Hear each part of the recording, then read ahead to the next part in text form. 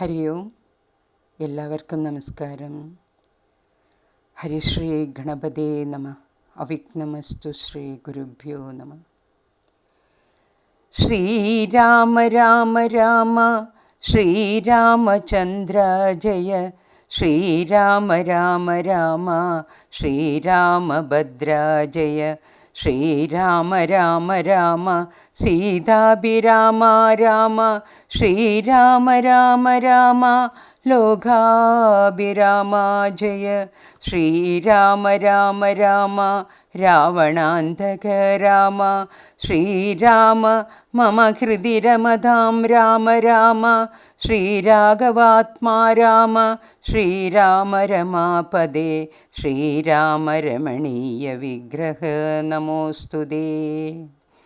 നാരായണായ നമോ നാരായണായ നമോ നാരായണായ നമോ നാരായണായ നമ.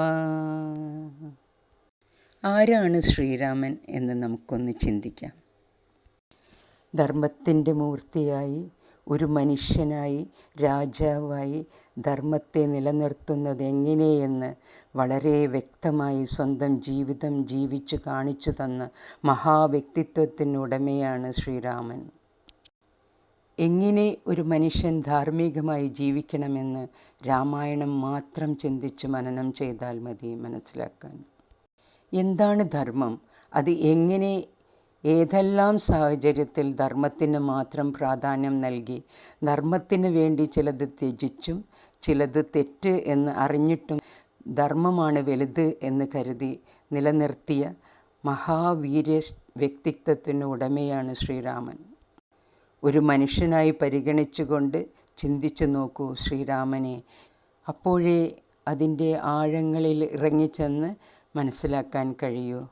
ഭൂമിയിൽ ജീവിച്ചിരിക്കുമ്പോൾ വികാരവിചാരങ്ങളില്ലാതെ ജീവിക്കാൻ കഴിയില്ല. അവതാരങ്ങൾ അറിവോടെ വരുന്നു എന്ന് മാത്രമേ ഉള്ളൂ. സാധാരണ മനുഷ്യൻ മനനം ചെയ്ത് ആ സത്യം അറിയണം.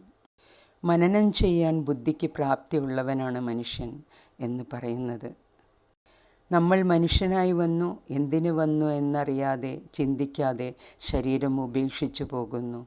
ചിന്തിക്കാതെ പോകുന്ന ചിലർ ശ്രീരാമനെ പല കാര്യങ്ങളിൽ തെറ്റായി വ്യാഖ്യാനിക്കുന്നുണ്ട്.